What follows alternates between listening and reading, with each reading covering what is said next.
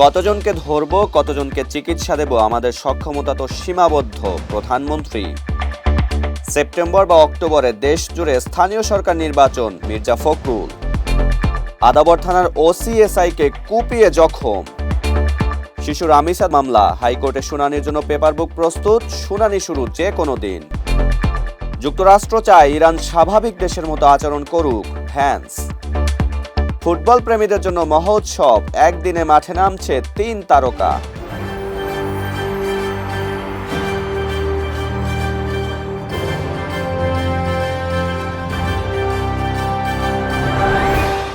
দর্শক, আমন্ত্রণ জানাচ্ছি নাগরিক প্রতিদিন নিউজ রুম ইনসাইডে। সঙ্গে আছে আমি তানজিবুল আবিদ।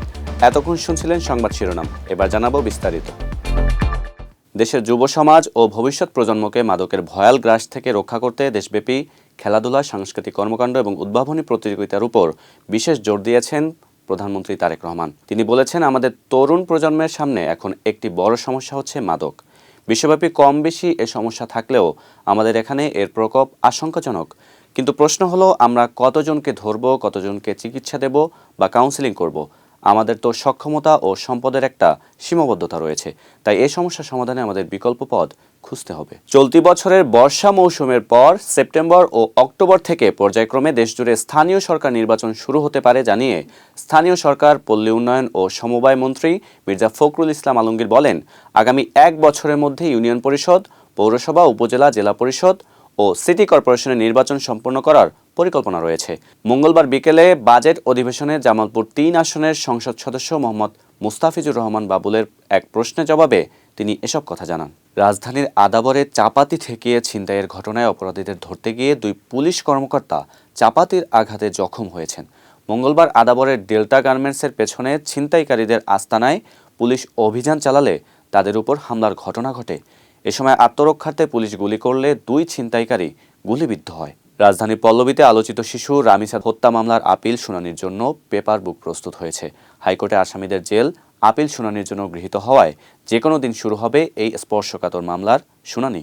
মঙ্গলবার এই তথ্য নিশ্চিত করেন attorney general barrister Ruhul Quddus Kajal. মাত্র 19 দিনের মাথায় মূল আসামি সোহেল রানা ও তার স্ত্রীকে মৃত্যুদণ্ড দেন বিচারিক আদালত।